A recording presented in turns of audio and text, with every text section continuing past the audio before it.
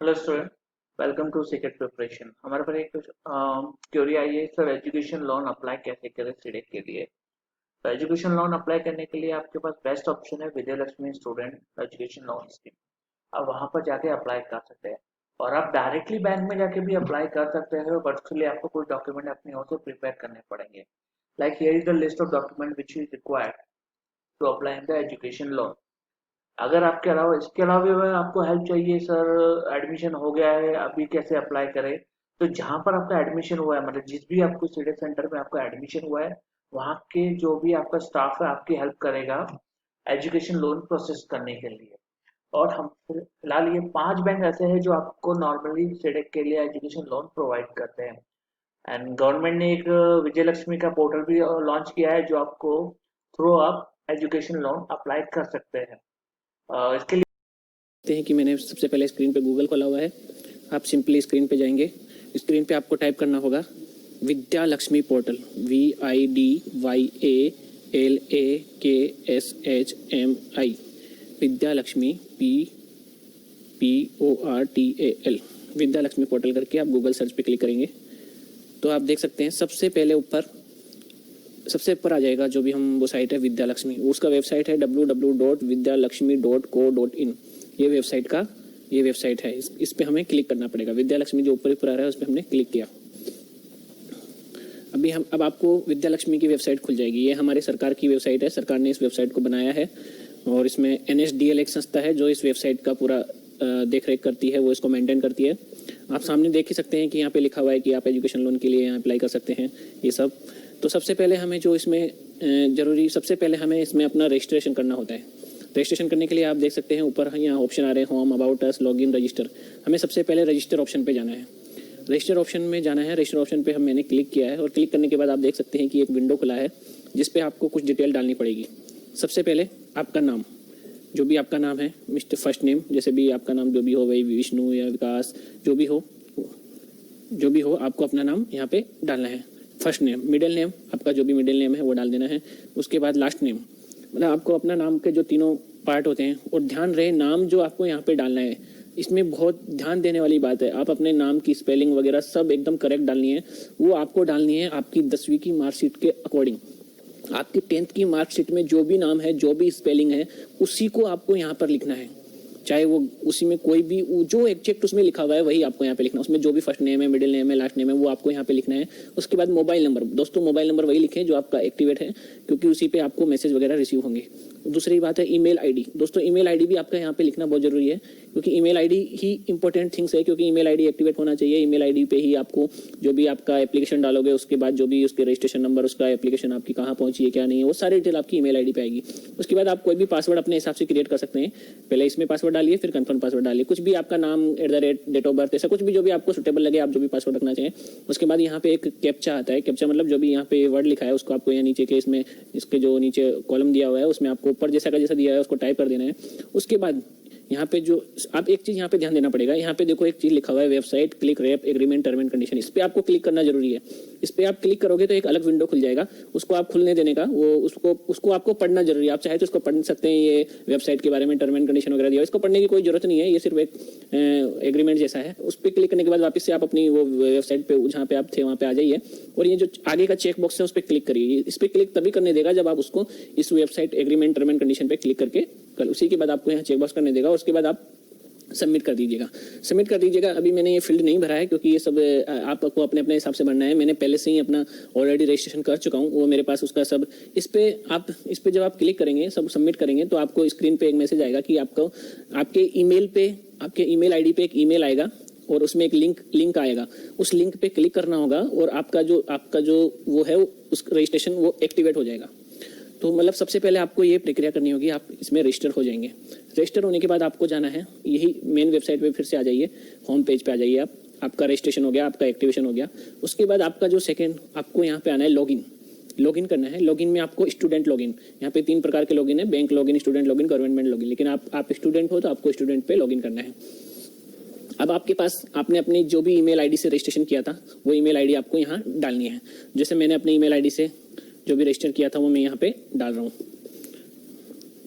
मैंने email ID डाल दिया है और आपने जो भी अपना पासवर्ड वहाँ पे सेट किया था वो पासवर्ड यहाँ पे आपको डालना होगा, क्योंकि पासवर्ड और ईमेल आईडी दोनों चीज़ डालने के बाद आपको जो ये कैप्चा दिया हुआ है इसको नीचे के ऐसे same to as it is जो जैसा दिया हुआ है आपको वैसे का वैसे ही यहाँ पे नीचे कीबोर्ड के द्वारा आपको सेम टाइप करना है जैसा उसमें दिया गया है।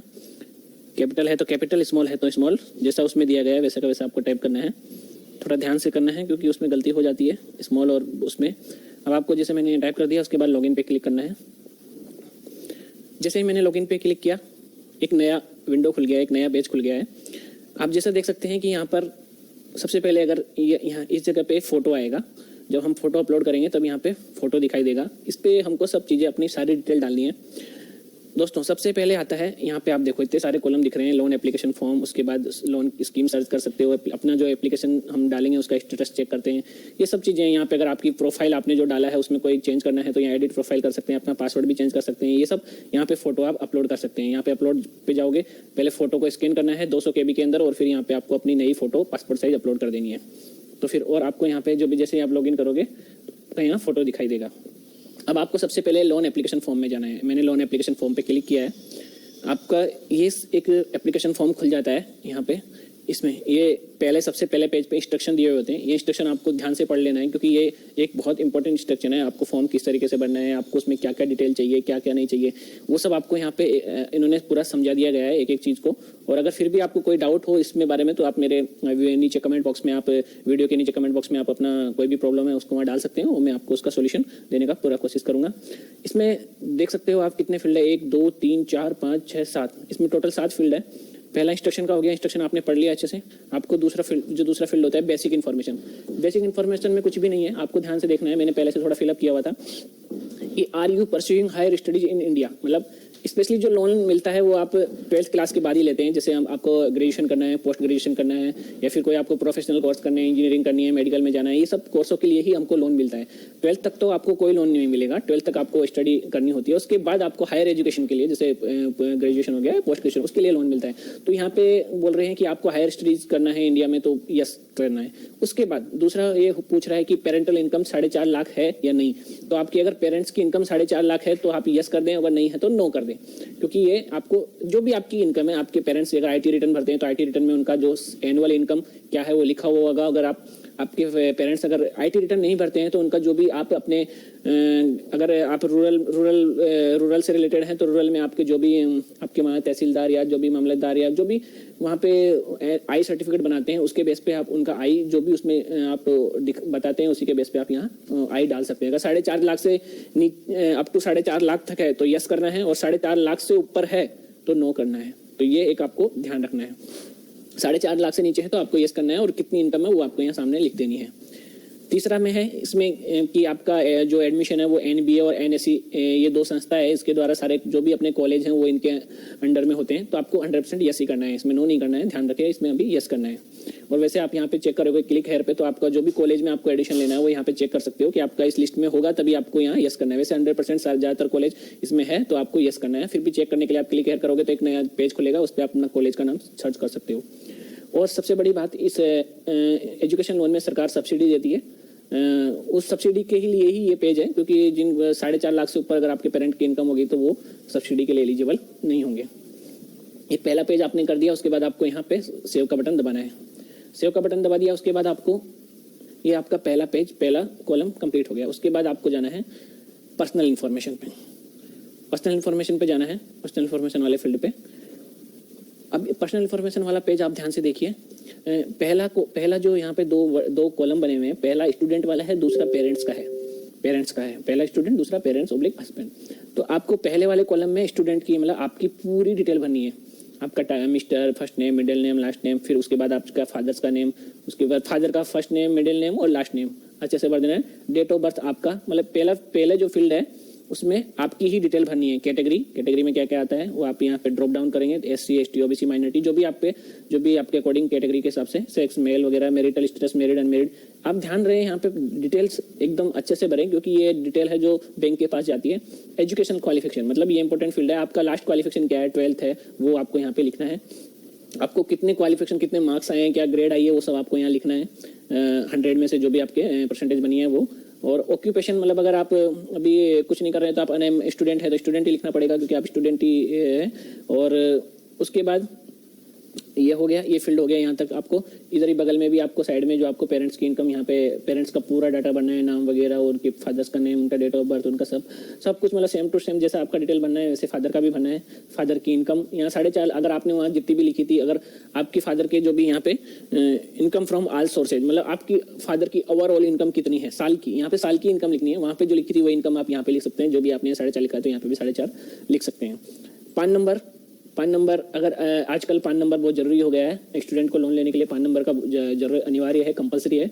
तो आप सबसे पहले आप अपना पान कार्ड अप्लाई कर दें। पान कार्ड आने के बाद ही आप ये एप्लीकेशन फॉर्म भर सकते हैं। तो अपने पेरेंट्स का और आपका पान कार्ड जरूरी है। उसके बाद आप स्टेट, कौन सा स्टेट से बिलोंग करते हो वो स्टेट लिखिए, अपने घर का एड्रेस लिखिए, लाइन एड्रेस, डिस्ट्रिक्ट, तहसील वगैरह पूरा एकदम कंप्लीट, ब्लॉक, पिन नंबर, आपका जो पिन कोड नंबर है वो भरना जरूरी है, कॉन्टैक्ट नंबर, ईमेल आईडी वगैरह सब, मतलब एक्चुअली आपको पूरा डाटा एकदम ध्यान से भरना है और एकदम करेक्ट भरना है, क्योंकि ये पूरा इन्फॉर्मेशन बैंक के पास जाने वाला है। थर्ड वाला आता है प्रेजेंट बैंक का डिटेल्स।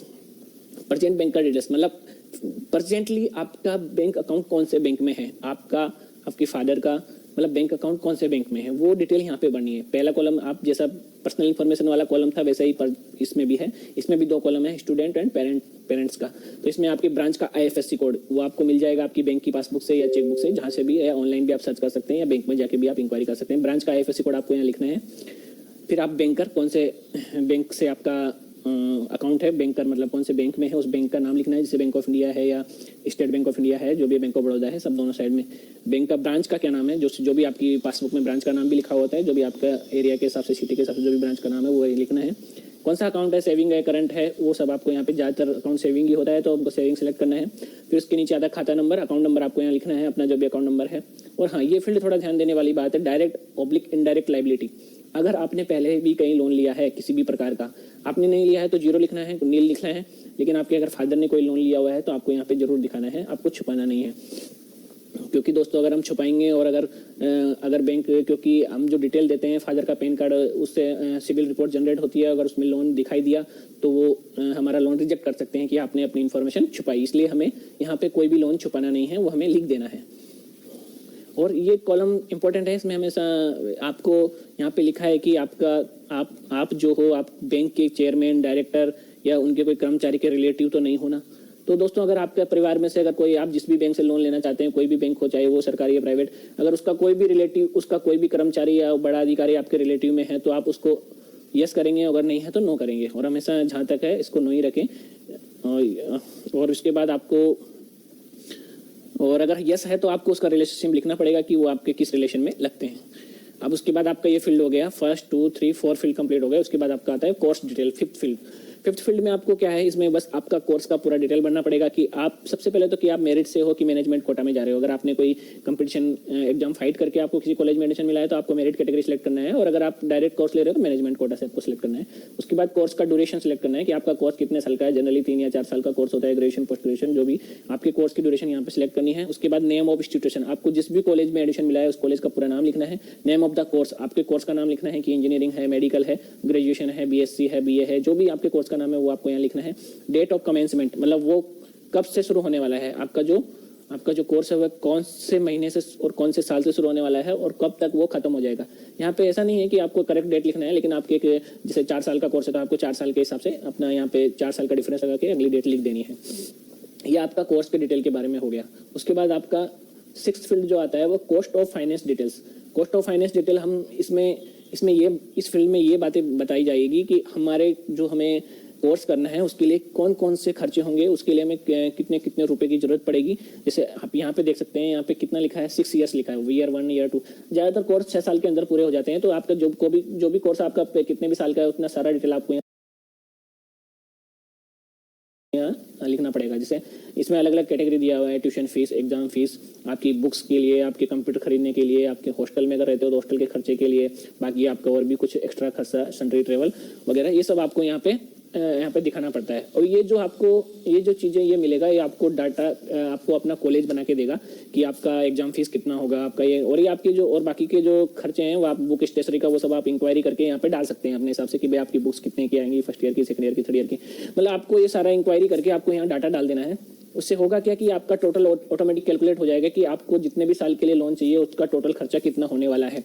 हो सके तो आप मैक्सिमम डालने की कोशिश करें, क्योंकि आपको अगर कम डालोगे तो फिर बैंक आपको लोन भी कम ही देगी।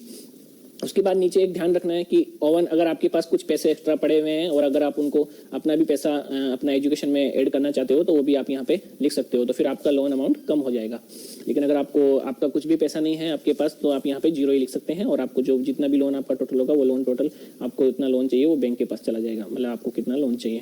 डिटेल्स ऑफ सिक्योरिटी ऑफर्ड, अगर आप कोई बैंक को कुछ सिक्योरिटी देना चाहते हैं तो आप यहाँ लिख सकते हैं, अगर नहीं देना चाहते हैं तो नील सिक्योरिटी लिख देने का। उसके बाद आपका ये फील्ड बड़ा इंपॉर्टेंट है, रीपेमेंट परपोज।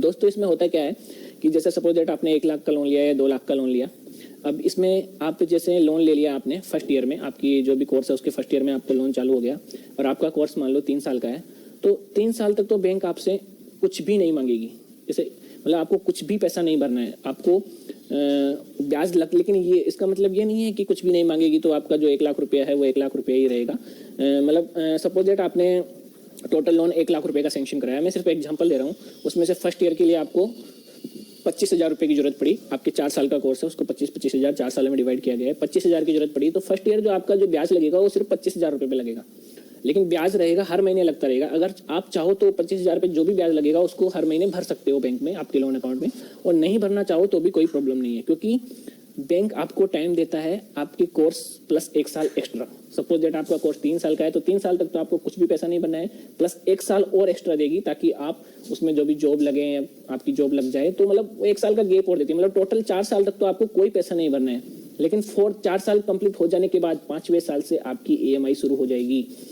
अब उस EMI में क्या होगा कि आपका 4 साल तक जो भी ब्याज लगा है वो प्लस आपने जितना भी लोन लिया है, सपोज दैट आपने 1 लाख रुपए लोन लिया है और आपका 25,000 रुपए ब्याज हो गया है, तो टोटल आपका 4 साल बाद में बैंक को कितना रुपए, आपको 1,25,000 रुपए चुकाना है। तो दोस्तों आप 1,25,000 को अगर आपको कितने, यहाँ पूछ रहा है कि आपको कितने इंस्टॉलमेंट में चुकाना है। सपोज दैट आपको भाई मैं 1 साल में चुकाना चाहता हूँ, 2 साल में चुकाना चाहता हूँ, 3 साल में चुकाना चाहता हूँ, 4 साल में चुकाना चाहता हूँ, तो आप यहाँ पे इंस्टॉलमेंट लिखेंगे। मतलब 1 साल में 12 इंस्टॉलमेंट हो गई तो आपको 2 साल में चुकाना है तो 24, 1 साल में चुकाना है तो 12, जो भी आपको इंस्टॉलमेंट लिखना है। और यह अमाउंट, और ये अमाउंट कहाँ से आएगा दोस्तों, आपको ये अमाउंट कैसे पता चलेगी कि आपको अपना EMI कैलकुलेटर डाउनलोड कर लेना है, वहाँ पे जाके आपको पहले कि आपने बैंक से कितना लोन लिया है और किस % पे लिया है। ज़्यादातर अभी जो % चल रही है वो 11-12% चल रही है, आप ज़्यादा ही डाल के देखें, 12% डालें। भाई मैंने 2 लाख रुपए लोन लिए हैं 12% के लिए और मुझे उसको 5 साल में चुकता करना है, आप 5 साल सेलेक्ट करें तो वहाँ आपका 5 साल के हिसाब से EMI आ जाएगा। मान लो वहाँ 1,000 आता है, 2,000 आता है, 3,000 आता है, वो आपको यहाँ पे लिखनी है।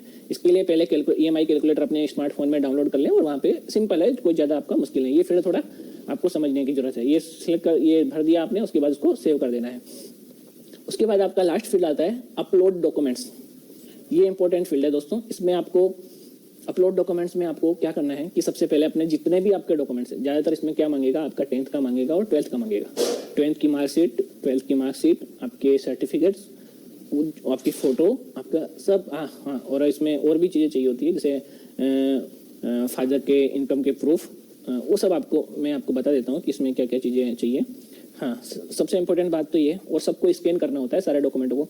आपको टोटल यहाँ पे 2 MB साइज दी गई है, मतलब आपके सारे डॉक्यूमेंट 2 MB के अंदर अपलोड हो जाने चाहिए। इसका मतलब हमें अपने डॉक्यूमेंट्स को छोटी साइज में स्कैन करना है। और कौन से फॉर्मेट यहाँ पे सपोर्ट होते हैं, PDF, JPEG, PNG, तो मतलब आपको जो भी आपको स्कैन करना है वो इन 3-4 फॉर्मेट में ही स्कैन करना है।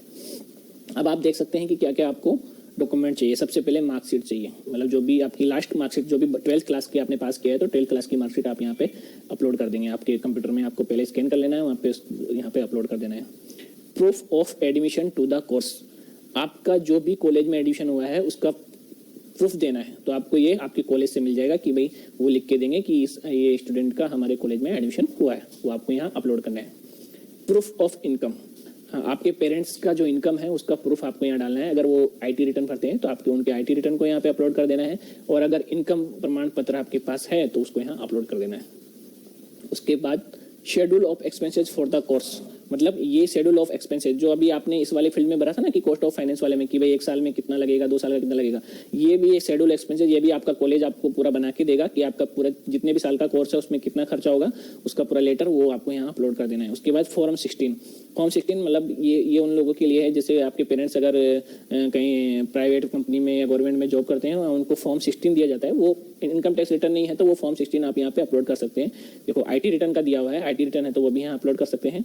कॉपी ऑफ लैंड रिकॉर्ड्स, अगर आप आपके पिताजी किसान हैं और उनकी ज़मीन के कागजात हैं तो उनको स्कैन करके यहाँ पे उनकी जो भी ज़मीन है उनको उसके कागजात को यहाँ पे स्कैन करके अपलोड करना है। उसके बाद अगर आपके पास पैन कार्ड और आधार कार्ड नहीं है तो आपको अपना एक अंडरटेकिंग लेटर बनाना होगा खुद से और उसमें ये लिखना होगा कि अगर मेरा पैन कार्ड और आधार कार्ड नहीं है जैसे ही मैं बनेगा मैं इसको बैंक में सबमिट करवाऊंगा, उसको आप अंडरटेकिंग करके यहाँ अपलोड करना है। उसके बाद आपकी फ़ोटो यहाँ डालनी है, आपके पेरेंट्स की खुद की फ़ोटो और पेरेंट्स की फ़ोटो, मतलब आपके फादर की और आपकी फ़ोटो यहाँ अपलोड कर देनी है। और इसमें कोई गारंटर अगर आपको रखना है, एक्चुअली क्या है देखो 4 लाख 4.5 लाख रुपए तक कोई लोन कोई गारंटर की जरूरत नहीं होती है, लेकिन 4 लाख रुपए से ऊपर अगर आप लोन लेने जा रहे हो तो वहाँ पे गारंटर की जरूरत है। इसके लिए यहाँ पे उसके गारंटर की भी फोटो आपको यहाँ अपलोड कर देंगे। ये सब कर देने के बाद आपको फाइनली आपका और वो सारा 2 MB के अंदर होना चाहिए, आपको यहाँ दिखाता रहेगा कि आपका कितना, और फाइनली आपको सेव कर देना है, सबमिट कर देना है और आपका एप्लीकेशन सबमिट हो जाएगा। ये सब होने के बाद आपको अपने मोबाइल पे एक एप्लीकेशन नंबर आएगा, वो एप्लीकेशन नंबर आपको ईमेल आईडी में मिल जाएगा। उसको आप हमेशा याद रखें, उसको कहीं लिख लें और ईमेल को डिलीट ना होने दें। अगर आपका ईमेल डिलीट होने की संभावना है तो आप उसको लें। ये सब करने के बाद हम आपको बताते हैं कि अब आपको ये सब हो गया, इसका मतलब आपका पूरा फॉर्म का काम कंप्लीट हो चुका है। अभी आपको फिर से लॉगिन करना है। आपने सब रजिस्टर कर लिया, अपना फॉर्म भर दिया, उसके बाद हमको फाइनल स्टेप करना है कि हमें बैंक में लोन के लिए अप्लाई करना है। तो आपका लोन एप्लीकेशन फॉर्म हो गया। अब सर्च फॉर लोन स्कीम्स पे हमको जाना है। सर्च फॉर लोन स्कीम्स, अब आपको ये विंडो खुला है, इस विंडो पे आप देख सकते हैं। यहाँ पे आपको सेलेक्ट करना है कि सिलेक्ट ऑफ लोकेशन, मतलब आपको अगर आपको इंडिया में पढ़ना है तो इंडिया में, और अब्रॉड विदेश जाना है तो फिर आपको इंडिया में जनरली। और अब यहाँ पे आपको under graduate course, post graduate course, professional course, vocational course, मतलब आपको यहाँ पे अपने कोर्स के हिसाब से आप ग्रेजुएशन करना चाहते हैं, पोस्ट ग्रेजुएशन जो भी कोर्स करना चाहते हैं उसके हिसाब से, प्रोफेशनल कोर्स करना चाहते हैं जो भी है आपको यहाँ पे सिलेक्ट कर लेना है। उसके बाद यहाँ पे एक लिमिट आती है कि आपको 4 लाख से नीचे लोन चाहिए कि 4 लाख से 7.5 लाख तक चाहिए या 7.5 लाख से ज़्यादा चाहिए। जितना भी लोन आपको चाहिए उसके हिसाब से आप यहाँ जो आपने पिछली बार कैलकुलेशन किया था कि भाई आपको जितने साल का कोर्स है उसमें कितने रुपए की रिक्वायरमेंट है उसके हिसाब से आपको यहाँ सिलेक्ट कर लेना है। ये हमने सिलेक्ट कर लिया। उसके बाद हमको करना है, और यहाँ पे आप एक चीज़ देख सकते हैं आपको कितने मतलब एंट्रियाँ देखनी है, सेलेक्ट करना है। 25 में यहाँ सेलेक्ट कर लेता हूँ, सर्च करना है। सर्च पे क्लिक करने के बाद आपको यहाँ दिखाई देंगी बैंक की लिस्ट कि आप कौन कौन से बैंक में आप अप्लाई कर सकते हैं। देखो यहाँ पे आप देख सकते हो सब बैंक आ गई है, Allahabad bank, Andhra bank, axis bank, bank of Baroda, सब बैंक ऑफ इंडिया, मतलब यहाँ पे सब कुछ है। ये यहाँ पे जो भी पर्टिकुलर बैंक में जो भी एजुकेशन लोन की जो भी स्कीम का नाम होता है वो यहाँ पे दिखाई देती है। हर बैंक अपनी एजुकेशन लोन को अलग अलग नाम देता है, जैसे बैंक ऑफ इंडिया ने दिया है BOI star education loan scheme. तो आप अभी आप बैंक आ गए और यहाँ आपको अप्लाई पे जाना है। जैसे अप्लाई पे क्लिक करेंगे आपको अभी देखो यहाँ पे एक्चुअली क्या है कि मैंने अपना फॉर्म अच्छे से पूरा डिटेल फिलअप नहीं किया है, क्योंकि एक्चुअली मैं लोन के लिए अप्लाई नहीं कर रहा हूँ, इसलिए मैंने पूरा डिटेल वहाँ भरा हुआ नहीं था। लेकिन जब आपको पास पूरा डिटेल होगा तो आपका यहाँ पे ऐसा नहीं आएगा। इसके लिए आपको रजिस्ट्रेशन नंबर आएगा और रजिस्ट्रेशन नंबर वहाँ डालना है वो आपके ईमेल आईडी में, और आपको फिर लास्ट में पूछेगा कि आप जिस भी सिटी में आप रहते हैं उस सिटी में उस बैंक को ब्रांच सेलेक्ट करनी है जो भी आपके नियरेस्ट है और सबमिट कर देना है।